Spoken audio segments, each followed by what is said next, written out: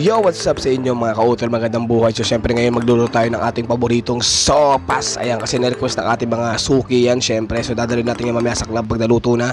Hinandaan na rin pala yung mga karikado natin gagamitin. So ayan, ni-ready ko na siya, pinakita ko na sa video. At ngayon meron tayo nga walang bingo hotdog. Simpleng hotdog lang yan, wala sang cheese. Pero itong isa may cheese to kasi yun ang uulamin namin mag-asawa.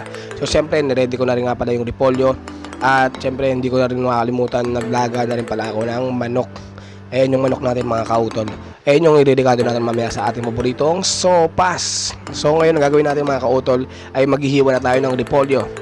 Ayan, so nahiwa na natin. So siyempre meron pa tayo ditong carrots. Ayan, siyempre ayan yung carrots natin, 2 piraso lang. Pero kasi yan, paunawa nga pa sa mga bata, huwag kayong gagamit ng kutsilyo. Pwede nyo naman gamitin basta may kasama kayong matanda na nakakatanda sa inyo. So ngayon hiwain na natin ang carrots. So ayan, nahiwa na natin yung carrots mga kautol. Siyempre magandang hiwa yung ginawa ko dyan, di ba? Alright.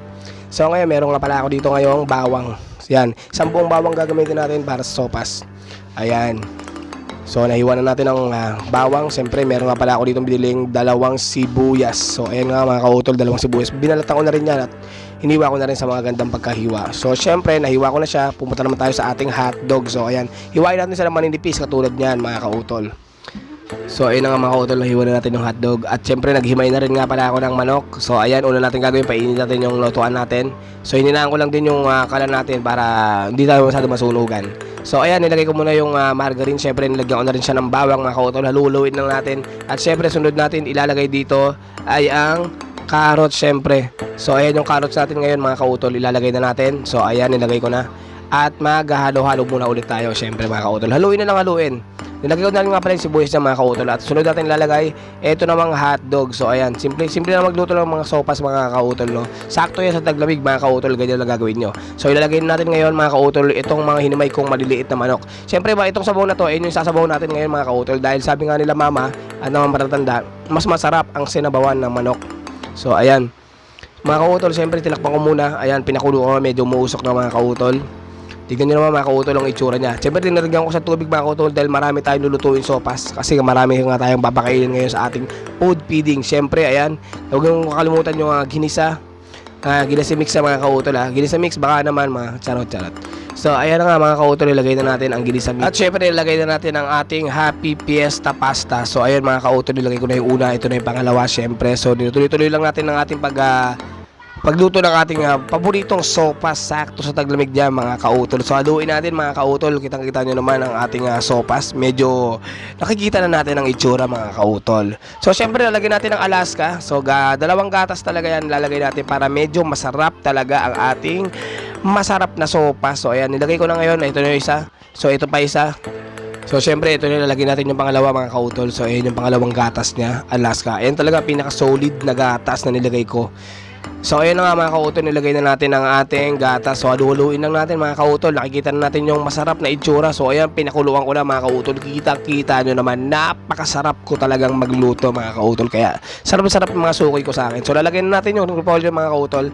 Ayan, saktong-sakto yung mga kautol. Marami talaga yung hiniwa ko para masarapan sila sa gulay syempre. So ayan, nalagay natin sa loob mga kautol. So ayun, tuloy-tuloy lang natin ang paghalo mga kautol. So syempre kitang-kita nyo naman ang itsura. Napakasarap na yan mga kautol. Okay, so ayan, pakuluan na natin. At eto na mga kautol, kulong-kulo na talaga siya. Alright mga kautol, kita nyo naman mga kautol lutong-luto na rin yung pasta natin. Kita nyo naman mga kautol. So ito, okay na yan mga kautol.